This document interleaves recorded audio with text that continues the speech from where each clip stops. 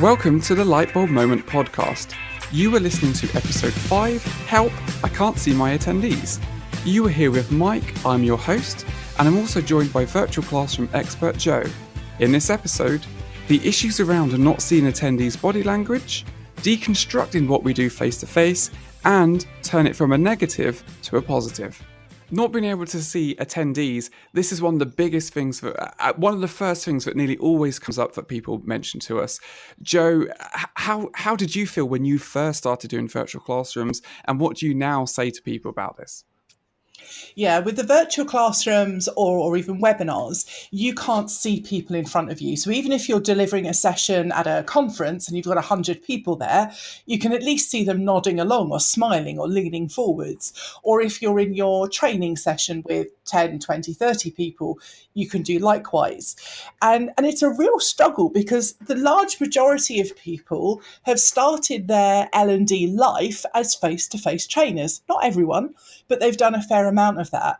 And so then to be able to say, well, actually, you can do that online, but you can't see anyone, that feels like a humongous handicap. Yeah, and I think I mentioned this in, Foundation episode 2 about, one of the reasons that people get into L&D or teaching is the fact that they have that empathy. It's the fact that they can, they can sense where people are at. And this effectively makes them feel like they don't have that ability. So it's understandable that people feel that is an issue. So obviously we understand why it is a problem. If there is no remit to understand if somebody has understood what you've said, or to gauge whether you're on the right track with how fast you're delivering or with the content you're delivering, that is obviously a big problem. So how do you actually get that in a virtual classroom? So this is where the interesting thing is, because the skills that you need for a virtual classroom are largely broadly similar to what you need for any kind of classroom or delivery. And there's stuff on top that you need. So what we need to be able to do is be able to deconstruct what we do face-to-face normally and understand, why do I scan around the room looking at people, and understand what we can't do online. So assuming that we don't have everyone on webcam, I can't see all my attendees' faces. And therefore, what am I missing out on by not being able to see them? And then what can I build in to do an equivalent of that online? So it's deconstruct why we do something and then reconstruct it using the technology that we have. Okay, so what you're saying is, and I like that basic example you use. So in a face-to-face classroom, you might say something, or you've just delivered a piece of training, and then you would then, as you say, scan the room. Okay, people seem to be nodding, people seem to be smiling, somebody's shaking their head. You're just passively understanding, getting a gauge of what the room is. So you need to deconstruct. So why do you do that? You do that because you need to know whether you're on the right wavelength, whether you can move on to the next slide, whether you need to go over more details. So now we need to know, how do we actually then equate that scan in the room to the virtual classroom? Exactly. And so this is where what you would do then is, when you understand the new tools that you've got, you can use those appropriately. So I think I gave this example in one of the Foundation episodes. Normally I look around the room to see if people are getting it. I can't do that now. So I do have that handicap, if you like. So what I have to do instead is kind of unpick what I would normally do and rebuild it. So normally I might just deliver my 2, 3, 4, 5 minutes of information, see that people are getting it, move on, like you say. So what I can do instead is deliver a couple of minutes of information, for instance, ask a closed question, which would usually be a green tick, red X, and judging on what people put there, then follow that up with something like, Bob, you're the person who's put a red X saying no or disagree. Can you tell us more on the microphone? Or if you've all had that experience, or it's a yes with the green tick or check mark, please type in the chat window a few words about your experience. So it's about building in interactivity or engagement, if you like, although technically they're different things, with people, so that what that does is it allows allows me to see what they're thinking. That's that version of the body language. And if you're new to the Lightbulb Moment podcast, Jo has mentioned some of the tools. And if you don't know what she's saying with green check, red cross, that's Foundation episode 3, the main tools and applications. And that will cover what Joe's just been talking about. And so what we're saying is you're providing yourself, you've deconstructed that point. So now you're providing yourself as the facilitator or the trainer, the information that you normally would have in that face-to-face environment. You've now you forced the situation so you will get that information virtually. Yeah. And I think, forced the situation is probably a slightly odd way to put that, but you're right. What I've done is I've rebuilt a new way of doing it. Normally I would just look around, but I think the other thing to take into account here, before I know we've got some other things to discuss around this, but with body language, you can misinterpret body language. So I've had this more times than I care to remember, that when I'm doing face-to-face training, I'm looking at someone's body language and I'm interpreting it as they don't like me, they don't believe me, they don't believe in what I'm saying or trust me, or they're having a negative time. They're frowning, they've got arms crossed. I'm taking that as a really negative reaction to what I'm saying and doing in the way I'm facilitating. But it could be something completely different. Well, yeah, I mean, one particular experience is the story I always tell. I had this one guy on 3 of my week-long training modules. First module, thought he hated me. The feedback, admittedly a happy sheet, but the feedback was, Jo, you're amazing, blah, blah, blah. Second time I had him, very similar. I was kind of going, well, does he like me? Does he not like me? The second module was something I was less confident in delivering. Therefore, I was reading negatively into him. Maybe you're putting your own bias into the system. Exactly. Guess what? The happy sheet was, Jo, you're amazing. Thanks very much. By the third session, I'd eventually learned my lesson. By the third week was, you know what? That's just how he looks when he's concentrating. And what I've realized over the years is that concentration and dislike look quite similar. So therefore, actually, he was just concentrating on what was actually a technically difficult subject. And he thought I was brilliant. But I spent 2 whole weeks with him misreading his body language. Perfect excuse when we were on Skype working together, and I can just be like, "No, I'm just concentrating. That's the real reason why I've got this mega frown on what you've just suggested." Okay, that's useful information to take away. But so, are you potentially saying, and maybe this is a controversial thought that I've just had, are you potentially saying that in the virtual classroom, maybe it can be clearer? That a green check or a green tick, that's pretty clear. You've asked something, that's a yes or a no. Whereas a nod or a half a grin in a face to face, that could be construed in different ways. Yeah. So I think we have to be a little bit careful here. So yes, it can be clearer in some ways. So the chat panel or the chat pod is a really good example. When I'm delivering things face to face, I really miss the chat panel. Because what people can do is they can type whenever they want, whatever they want. So whether that's to me, about the session, to someone else, it's not interrupting me because they're not literally going, "Oi, Jo, I've got something to say." I can then choose to read it as and when it is right in the flow of the session. But people can share exactly what they want to share.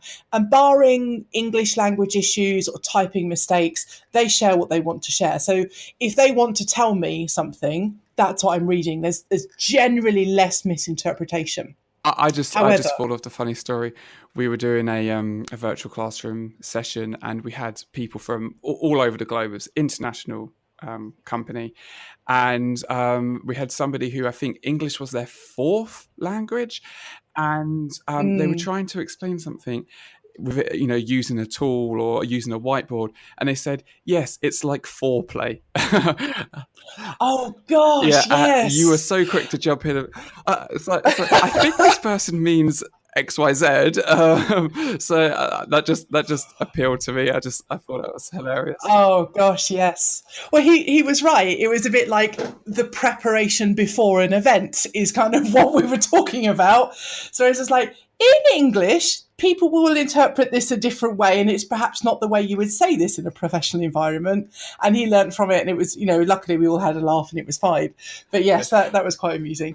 So within reason, they tell you what they want you to And I hear. wonder if some of this comes back to what you said in the in Foundation episode 2, where you mentioned you sort of misconceptions of virtual classrooms, and you brought up, you just highlighted quickly digital body language, and this is one of the things that we can misconstrue face-to-face body language, but in that way we can misunderstand digital body language as well. So Yeah. somebody doing a Yeah. green tick, it can seem like it's clear cut, but that could have different things, or somebody using a chat, Yeah. maybe not saying exactly what they want to get across. Yeah, so with that green tick or green check, it's down to how well I design and deliver my session. So I've got to, I've explained a point, for instance, and if I say green tick if you all understand and want to move on, and then everybody puts a green tick, I think great, everybody's done a virtual equivalent of nodding and smiling. Let's move on. But this thing with the green ticks, again, as we explained in Foundation episode 3, usually in the software, everybody can see everybody else's green ticks or red X's. So if all of your colleagues have put a green tick, are you going to be the one person that puts red X and says, I'm sorry, I don't understand? Hopefully, in the right environment that you've set up correctly, you will do. But there will always be somebody that will go, oh, I'm not really sure, but everyone else has said yes, so I'm going to say yes as well. So in that sense, you can still misuse that tool, and it's about having the right tool for the job. And that's why an activity is so much better. If I'd put in there, rather than saying, do you all understand? If I'd asked a question of, in the chat window, put an example of, or whatever is right for the content, that would be much more powerful, because then I could go, Bob's got a great answer, Alice has got a great answer, Eve, to my head, I might think, that's way off. Eve obviously doesn't understand. And then you can continue facilitating to make sure everybody's And with this is you. something that I've picked up when you've done virtual classrooms, and it's when you have a whiteboard and it's swim lanes, isn't it? Yeah, so So rows in a table. yeah, that's it. And then people actually have their lane that they can then write. So you've taught a specific point, but rather than just, like you say, you're almost giving them that positive reaffirmation. Or, you're saying to them, oh, you have to do a green tick, otherwise you've got an issue here. You're going to be questioned on the microphone by doing this in the swim lane. And then you have that option of, okay, I can see Alice or Bob hasn't quite understood, and then you can rephrase it. You can get them to come up on the microphone to discuss what they were thinking, and then it can be a learning point from everyone else who either did understand it or didn't understand it as well. Absolutely. And I think there's huge value in exploring something that somebody doesn't understand. So I've said this so many times before, that often we get people on our training sessions, or really on any kind of session, where perhaps there are 8 other trainers and one person from marketing or something like that. And or maybe you've got somebody who's completely new to training. They're in year 1 of their L&D career, with colleagues who've been 8, 10, 15 years in L&D. So they're saying, oh, I don't know very much, I don't want to chip in. But actually their angle and their experience is equally valid. And they're questioning. If they don't understand something, whether it's a process or an acronym, their questioning can help us, because we can often take things for granted. And then just saying, is that really the best way? Or why do we do it that way? Just makes us go, good It's point. So they're the ones worth It was exploring as amazing. well. We were doing a virtual classroom course, and exactly similar thing to what you just said. I think we had 9, 10 people, but there was one person, I think it was from reception or from somebody who was like on the phones. And I remember like they didn't make it to one of the sessions because they had to be manning the phones, whatever it was. And so they had no training experience. They were in these sessions because they were going to be delivering informational webinars to other members of other different departments, how to use this software, stuff like that. And they were really interesting. But when we said to them, to the actual trainers, or to everyone in the group, how often should you have some kind of engagement? How often should you have some kind of feedback? And lots of people were saying 6, 7, 10, 12, 15 minutes. But this person actually said, 1 to 2 minutes. And Yeah, I remember actually. and you jumped on it because you were saying, well, why have you said so low? All of these other trainers, and this person actually sat there and said, "Oh, I'm obviously completely wrong because all the trainers have said this." Yeah. And then when we actually got them on the microphone and discussed it with them, they said, "Well, I know when I'm on the phone with clients or customers or whatever the situation was, I can't not say anything, or I can't keep saying without getting information from them for longer than 2 minutes. So that's just the information I went on." And it really opened up, if I could dare say, light bulb moment for the other. I'm just going to drop that into so many podcasts now, but it opened up the thought process to those trainers, which, like you say, some of them have been in L&D 10 plus years, and actually highlighted to them, wow, maybe we should pick up something from this. Yeah. Again, it's that different experience, and we all need different experiences to challenge what we've always thought. Sometimes what we've always thought and what we've always done is the right thing and we should carry on doing it. Other times it's, maybe they've got a point. What can I learn from this? And if I could say as well, what I think highlighted to me also is the fact that the common objection, and the whole point of this podcast today, is the fact that you can't see people. This person was on the phone 90% of their job, not being able to see that person. And maybe they'd already adapted and had some of the ideas of, well, this is how I deal with it because I can't see people. Yeah.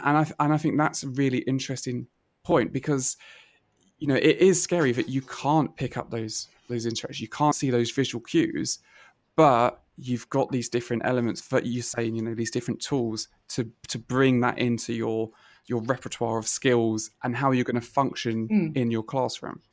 Yeah, and I think one of the other things you can do with a virtual classroom, and again, this goes back to the foundation episodes where we talk about how many people. So I'm talking about 8 to 10 people really in the room, not even 20 or 30. But what you can do then in the virtual classroom, far better than you can in a face-to-face room, is that you can have everybody writing an answer at the same time. So whether that's on a whiteboard, which is like a flip chart, or whether that's in a chat room, or other examples that you can do as well, other things, what you can do is have everybody write an answer. So therefore, if I was doing that face to face and I went round like, Bob, what's your answer? And he verbalized it, that would be 1 or 2 minutes. Alice, what's your answer? And they verbalize it, 1 to 2 minutes. And so on, around 8 or 10 people. By the time you got to the 10th person, oh my God, probably everybody wants to kill themselves. And the last people are going, yeah, what Bob said, because they just don't want to do it. Whereas if we're typing it, for instance, in a chat pod, everybody has to think of their answers. That's really good cognitive engagement. Everybody types something and therefore shares different angles. They might be similar things, at which point you can go, Bob, Alice and Eve, yep, you've said blah, blah, blah, which is similar, absolutely brilliant. Jane, you've said this a different way. Let's explore it more. And what you're doing then is a really quick way of getting everybody involved and everybody seeing everybody else's contributions as well. You can't do that face to face in the same way. And I love some of the different tools and different activities that you use to achieve that. And one of them is when you do the chat, hold, send. Is that what it is? Yep. Chat, hold, and send. So just explain quickly how that works and why you do it. So this is where you're asking your group a question and you want them to type the answer and share it, but you don't want them to just send it ad hoc. So like you were explaining just now with the how often should you have an interaction, that person who was working on the telephone was saying, oh, well, I must be wrong because everybody else has typed this. We want to avoid people seeing each other's answers and then adjusting their own. We want their real answer. So what we do is we say, let's do a chat, hold and send. Type your answer in the chat, but wait just a moment. Click the green tick or check mark when you're done. When everybody's got the green tick or check mark, I tell you, click send. And everybody clicks send at the same time and you get all the answers through. And so we do it on that activity that you just explained about the how many minutes, for exactly that reason. Because otherwise that person probably might have seen 1 or 2 of the other things filter through before she'd had time to think and type, and then gone, oh, I must be wrong. I'll type 10 minutes as well. Whereas actually she had the right answer, but she might not have had the what's the word I'm looking for? Confidence. Thank you, the confidence to answer that on her own. So the chat, hold and send is a really good version of that. Yeah, and I also then like the fact that you can then bring in. Oh, sorry. One thing I wanted to say about that, in a face-to-face classroom, there's no way you're going to say, right, I'm going to count down from 3, and on 0, everyone shout your answer at the same time.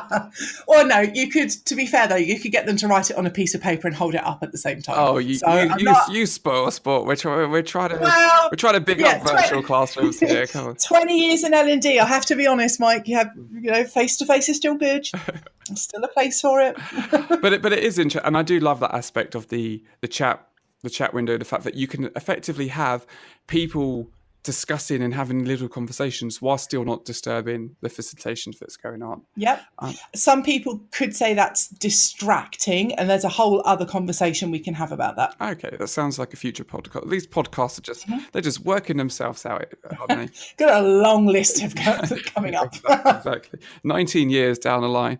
VR, virtual classroom. But well, that's not so far off, but again, that's another conversation. Yeah, exactly. But one of the things I was going to say is also similar with the chat, hold and send. Polls also can provide information and without people's names or stigma to it as well. So explain. Yeah.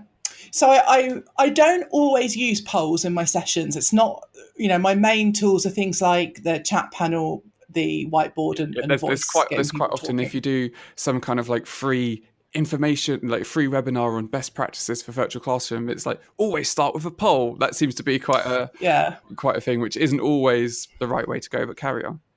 No, again, another topic. So polls are great as another tool to use. I just find often for me and for what I want to achieve, there's a better tool than using the poll. But one of the things that is great about the polling is that it can be anonymous. So you put up whatever your question is, and people click in their answer, and you have the aggregate or you have the average that you're sharing. So 3 people clicked A, 4 people clicked B, 7 people clicked C, whatever it might be. And depending upon the system you've got, some will record that in the background. So actually I could look at who had the answers as the host, but I'm not sharing that information. Sneaky, so you do have to be sneaky. Yeah. So if you're telling people this is an anonymous poll because it's sensitive for whatever reason, then you have to be honest about that. So, that's again, and as part of probably we need to do a whole podcast on polling. But the point being, we can get an aggregate of that kind of information and go, oh, hey, okay, so 7 of you disagree or agree or like or don't like, whatever the answer is. But then it's following it up with something else. So what I dislike about polling, especially in kind of open public webinars, is poll question, 58% of you think this, 28% of you think that, great, move on. Whereas in a virtual classroom, what you want to be doing is going, okay, 7 of you think option C, 2 of you think option B. If you are comfortable sharing in the chat window, tell us why this. Or if you're comfortable, put your hand up and explain to us why you chose such and such. And it's the facilitation of that discussion that's really important, rather than just using that as a method to go, oh, you all thought that, and move on. And do you think, because I think a lot of people say they can get a vibe, they can understand where people are at in the face-to-face environment through all of the subconscious picking up of body language and what people were saying. Does that equate into a virtual classroom? Is it similar? Oh gosh, yes. Yeah. It's different because you're using different body language techniques, if you like. You're using digital body language and activities and interaction. Absolutely, you can feed off the energy. I've had groups where and everybody's had this in training, doesn't matter how good you or they are, you always have groups by at the end of the session, week, whatever, you're going, I'm glad to get rid of that group. No, I don't believe. They were... I'm speaking the truth. It might not be popular, but it is the truth. But equally, you'll have groups where you're just like, oh my God, I can't believe we're at the end of the course. I love these guys. And feeding off the energy of a group, for the quality of your facilitation and to flex what that group needs in the moment. And also just because as a trainer, that's how we live. That's our way of working often, you can absolutely do that in a virtual classroom. If you couldn't, I wouldn't be in the place I am now, because I would consider that then click next, self-paced e-learning, and that's not my thing, because I can't have that direct interaction and feed off that energy. I'm going to try and attempt a summary from all of this, of what we've just spoke about. Yes, exactly. Good luck. So it is a potential problem not being able to see people, but you need to be able to deconstruct what you do in the face-to-face classroom, really understand why you do what you do to get feedback from people. You then need to build that into your session plan, into the tools you're going to use to make sure you get an equivalent of that nodding or understanding what people are feeling, so that you can move on. You can definitely feed off of the energy. You can see what's going on in the classroom, and you can adapt and develop your own skills so that you can still get effectively those not visual cues, but you can still get those virtual classroom cues of digital body language, of how people are reacting, if you build that into your mindset and the design of your sessions. Nicely done, Mike. We didn't even... That is first take. I am really happy with that. I'm really happy with that. So coming up in our next episode, we're going to go over another big first stumbling block, and that is technical issues when it comes to virtual classrooms. A big talking point, one of the things which will scare the life out of people, and potentially, a lot of people would just say, I'm not even considering virtual classrooms because I'm not a tech person, I'm not tech savvy, and I'm not going to be able to fix issues. So that is a huge thing that we are tackling in our next podcast. I hope to see you there, and I hope to hear from you there, Joe. I really am losing it at the end of this. Joe, save me. We look forward to discussing this in our next episode, and hopefully Michael will have had much more coffee by then. Thank you very much, everyone. Bye. Thank you for listening. We really hope you enjoyed it and look forward to your feedback and your comments. If you like the podcast, please remember to subscribe and to share. You can follow Mike on Twitter @MikeLightbulb. You can follow me on Twitter @LightbulbJoe, and for other updates @MomentLightbulb. You can also find our podcasts on YouTube, along with more great content. If you're in need of virtual classroom training, check out Lightbulbmoment.online. For our blogs, Lightbulbmoment.info. And remember our free community for questions and resources, Lightbulbmoment.community.